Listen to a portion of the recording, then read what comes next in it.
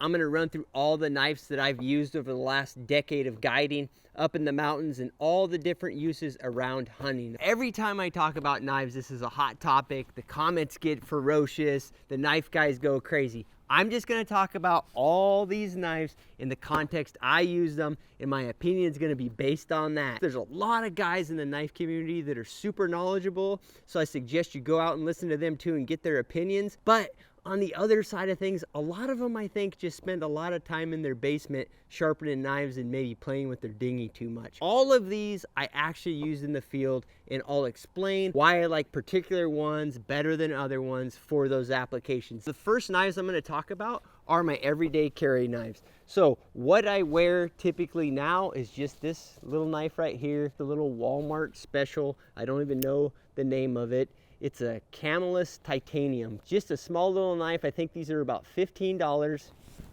and they're perfect because they're easy to sharpen and they're not heavy in your pocket. I prefer to have a clip on my everyday carry knife. It's much easier to get in and out.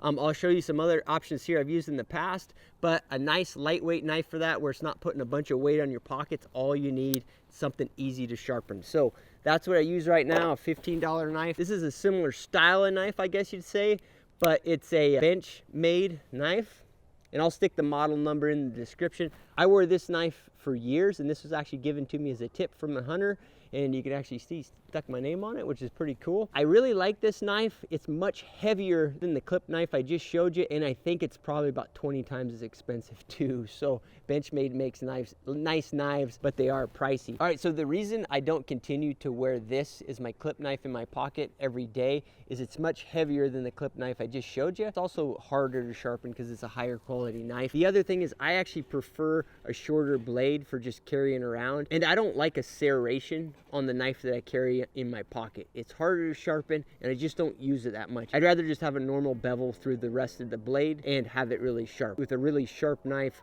I can do everything I can with a serrated section. All right, when I know I'm just doing a work day, I'll also sometimes carry a Leatherman as a clip in my pocket or in a little scabbard like this on my belt. I find it very useful. If I end up using like a replaceable blade knife, I like to have a Leatherman with me so I can easily pop the blade off, okay? So if I'm doing like taxidermy work or something like that, I like to have a Leatherman around. But just in general, it's a good work tool. The other everyday carry option that I've used in the past is a Buck 110. These are a pretty handy knife, but they're heavy. If you don't have them in a scabbard like this on your belt, in my view, they're too heavy to have in the bottom of your pocket. They just bounce around too much. It's like having a brick in your pocket. And the other thing is, a lot of guys like this shape, but I actually, for the work that I do, particularly when I was doing a lot of hunting guiding, I didn't like this shape because for me, it's not the best for skinning. Because when you get that rotation, okay, you can't be as aggressive when you rotate the belly of the blade through, because this really sharp point here and the drop in the point, you can pop hides with it. But this shape, you'll see on other buck knives, they use that shape a lot. It has a very good utility usage, right? If you're just trying to get shit done, that actually works really well. And what I mean by getting shit done is if you just need to get a hide off an animal, you just need to quarter an animal quickly, and you don't need to, be really detailed with the hide work, then it's fine if you pop a bunch of holes with it with the tip, okay? And that tip's very useful, digging into joints, getting ligaments, that sort of thing, and popping them off. It's very useful. But if you're doing a lot of skinning where you need to use the belly of your knife and you need to basically flesh the hide while you're skinning, this shape is very difficult to use. That's not as relevant for an everyday carry knife. When you're talking about your everyday carry knives, you've got your clip knives, or you've got them in a scabbard, or you've got them in a belt scabbard like this. You have to think about how you're gonna use them. If you just have a normal job and you're not putting any layers over your pants at any time, a clip knife is perfect, and that's why nowadays that's typically what I carry. But if you're wearing chaps, or you're putting rain gear on, or you're putting welding pants on, or any of those sort of things, you're gonna end up covering your pockets a whole lot, and then you've got to dig under that layer to get to your knife. In those cases, it's actually nicer to have the knife on your belt, right? Because that's generally going to be more exposed. It's going to be above like your rain pants you put on, you know, any of that stuff. This is the exact scabbard I use quite a bit. It's actually a new one that they sent me, but I'll put a link to that in the description also. And then one thing to think about is how I use these. I use them for just day-to-day stuff, cutting open packages, anything else I needed to use them for, cutting up line, anything having to do with just outfitting, guiding, ranch work, just day-to-day life that's going to apply to a lot of you out there. All those knives work well. But the other thing that I demanded out of my everyday carry knives, I did use them for field dressing animals. How long the sharpness of your knife lasts actually has a whole lot more to do with how you use it than most people think. If you're using knives in the context of hunting, the minute you run them through hide and hair, they start to dull. Same thing if you run them on bone. So my everyday carry knife, the knife that I had clipped in my pocket or in a little scabbard like this on my belt, I would use that for my original skinning cuts, and then I'd also use it for pulling off the legs at the joints. So hitting all those joints, I would use that knife. And the same thing if I was popping skulls off, I would use this knife. It's just a separation of knives, right? Basically my hunting knife I would use for the rest of the field dressing, quartering up the animal, all of those things. There was a dual purpose to that. One, it was a hygiene thing. It kept the hair in the original hide cut knife away from the meat. And the other thing is, the knife I originally used was going to be dull, right? If I popped the joints off on the legs and did the original skinning with one knife, that knife would be much duller than the other knife that I was going to start with fresh to do the rest of the work. So I found that is a very useful way to do things, but it made it so the knife that I always carry in my pocket had an extra demand for it. Let's jump into hunting knives. These are knives that I had on me if I was hunting. So the one I talk about a lot, and I still use a lot to this day, but I used it all through my guiding and packing. It's a Buck 113 and one of these cross draw sheaths. I really like this shape of knife. It's not real long, but it has the right type of belly to do all the work. I can skin with it, I can quarter, I can use the tip a little bit to get in ball sockets, that sort of thing if I need to. I like it in this sheath for the very reason I mentioned before, is if I was carrying this, I like to have it on the outside of my layer so I could put it on my belt. I could also run it through straps on my pack, or I could put it in a pocket in my pack and it would be safe. This is a Yukon belt knife. This knife I still use a little bit, particularly when I'm doing pre-taxidermy work, fleshing and stuff. I like the belly in that knife. It's a little bit kind of an odd shape. It has spots where you can choke up on it. So if you're skinning, it's very easy to use that knife. I just like the Buck 113 a little bit better for a field dressing knife and in a hunting knife. But if I was stuck with this, I wouldn't be unhappy at all. All right, this is an Ovis Hunter by Kestrel. Nate's a great guy, the guy who owns Kestrel knives. And this is, in my view, his best knife. It's the right kind of shape.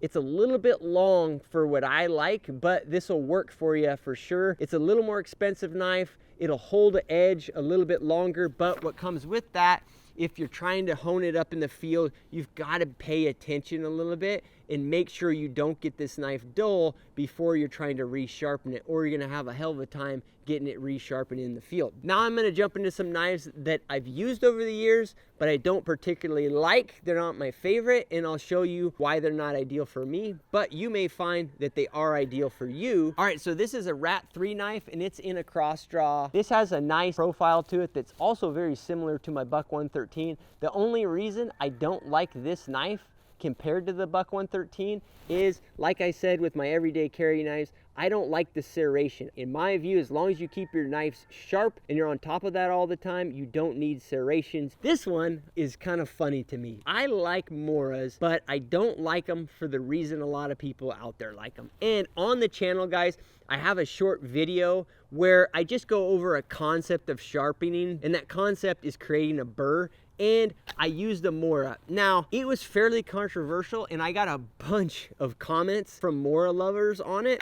And what they were concerned about is that Moras have what's called a Scandi grind, okay? So let's look at another knife for comparison here. You can see on the Mora, okay, the metal of the blade is from the back of the blade, it's the same width all the way down to where the bevel starts. On this Buck 110, it thins down one step and then it thins down again on the bottom edge for the bevel. That's what makes this a Scandi grind. This is what I call a normal grind, right? This is how most knives are, okay?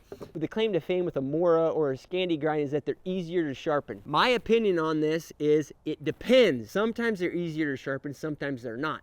In the field, just to touch them up, I actually think they're harder to sharpen. If you have a round rod, you just want to quickly hone up your knife, which most guys that are doing a lot of hunting, a lot of field dressing, they'll find that the key to keeping your knife sharp is to keep it honed up all the time. Stay ahead of it. Don't get it beat up real bad. That's hard to do with these Scandi grinds, in my opinion, because you've got to lay that entire bevel right there. That's gonna go on your sharpening rod. That's gonna go on any field sharpener you have. You gotta lay that whole bevel on there and hold it and get it right. Whereas a knife with a little bevel, just this little edge that's, you know, the edge on this knife right here is like 1/16 of an inch. Here it's like a 1/4 inch at least, okay? This whole bevel. You have to sharpen off a whole lot more material and hone up a whole lot more material with this knife versus this knife, okay? This is the controversial part.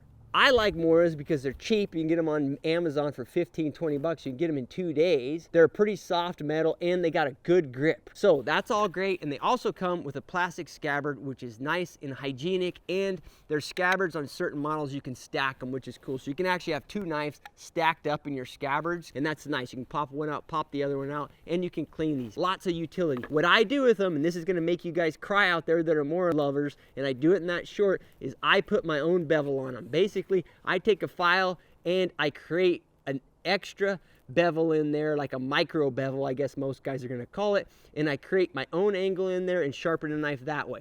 That way, this knife I can hone up just like my other knives. Yes, I lose the utility of that Scandi grind, but I don't care for my application. That's the controversial part. Great little knives. If you are using a knife where you're just gonna go field dress one animal a year or whatever, these are great because you can get them back on a whetstone, and that nice Scandi grind is easy to sharpen on a whetstone where you've got time and you can focus. You're always going to keep that angle just right, and you can get these crazy sharp pretty easily. The reality is they're more of like a bush knife. They're really not a hunting knife if you think about how they were developed either, but I don't really find that matters that much. They still work. And you can clean them. If you just need to go get one, they're on Amazon all the time. Now let's talk about replaceable blade knives. I'm not a huge fan of I shouldn't say I'm not a huge fan of replaceable knives because I use them a lot. Always keep one in my bino harness, so I guess I am a fan, but I think everybody should have these other knives that I just talked about and know how to sharpen knives. I think there's just something about always being dependent on having replaceable blades available that annoys me about these. But outside of that, they are pretty handy. You've got 2 different main ones that I know of. You've got the Havalon, which has been around forever, and then you've got the Outdoor Edge. The reason the Outdoor Edge exists, this knife, is because these Havalons, this has got a unique blade on it right now. They've usually got a longer blade on it. This is just a blade that I use for turning faces on animals. But anyways, difference really is that this is a true scalpel blade on the Havalon, and because of that, the point of contact, what holds the blade in the knife, it stops right here. So if you're not careful with a Havalon, you can break the blade off. I do it all the time. Lots of guys do it. I actually just saw a guy break one of these off in a ball joint on an elk just a couple days ago. So it can happen. You just got to be careful with them. This Outdoor Edge, it has this whole rigid section here that goes all the way out, the replaceable blade, okay? So it's gonna give it more rigidity, and it's gonna be a whole lot harder to break. So that's the difference. For my usage, a lot of time I'm using these when I just need to pick something up and have something sharp. And the other thing is they're super light. Like this Havalon's probably the lightest knife you can get, and I can just keep my bino harness, so I always got a backup. I really depend on these scalpel type of blades to have a small little knife for very detailed work. So I don't find myself using the Outdoor Edge. If I need that rigidity, I'm just gonna use the fixed blade knife that, you know, just a classic knife that I showed you earlier on. So I end up using the Havalon a whole lot more. Pretty handy knife, easy to clean, lots of usage, no complaints. Okay, now I'm gonna jump into just a couple little extra knives I think everybody should have. A bird beak knife, if you're doing any face caping on animals, any of that detailed work, turning paws on bears, get one of these bird beak knives. You'll immediately know why. They're like 10 bucks on Amazon. I'll put a link. If you're hunting animals that are smaller, like whitetail, even mule deer, you can get away with this. You know, smaller bears, you can get away with this. And you're field dressing them in the field in the sense you're gutting them. I prefer to break open the hips on animals and get that whole digestive tract with the bladder out. So sometimes I will carry one of these little saws. These are handy, but they won't work well on elk or big animals like that, okay? You've got to have something sturdier to get through that pelvic bone if you're gonna do that. And the reality is, on most of those animals, I just ream that part out and pull the whole digestive tract out that way. I don't cut through the pelvic bone. Or if I'm gonna leave a bull elk overnight or something, I need it to cool down, I'll use an axe to crack open that pelvic bone, all right? Or I'll just fillet down into the actual ball joint and pop the hips out that way. But for smaller animals, these little saws are handy. The last thing I'm going to talk about, I see guys quartering elk or whitetail or mule deer that are hanging, and I see them quartering with these hunting knives that I showed you guys, right? I don't know why guys do that. Get a set of basic butchering knives, right? Particularly get a bony knife and get a fillet knife. It makes the work of dealing with animals that you have, you know, better access to or you can hang up. It makes butchering them so much easier. So guys, go out there and get a little butchering set with a minimum of fillet knife and a bony knife. You can get one of these knives if you're cutting your own steaks, that sort of thing. But I think people way underestimate the value of this. You know, yeah, you're not going to take it in the backcountry, but have it back at camp. You never know when you're going to be able to harvest an animal and it's road accessible and you can hang it up. And this comes from the perspective of a guy who has skinned and quartered, you know, tons of game on the ground. Still, you end up with a much cleaner product if you can hang the animal and quarter it, take the back straps off that way. So I always recommend that everybody have a more butchering set of knives. All right, guys, I hope you found that helpful. Just my opinion. If you guys have differing opinion, comments, you've got other favorites, you've got other pros and cons, leave it in the comment. Thanks for watching, guys. If you found value in it, please like this video and subscribe to the channel.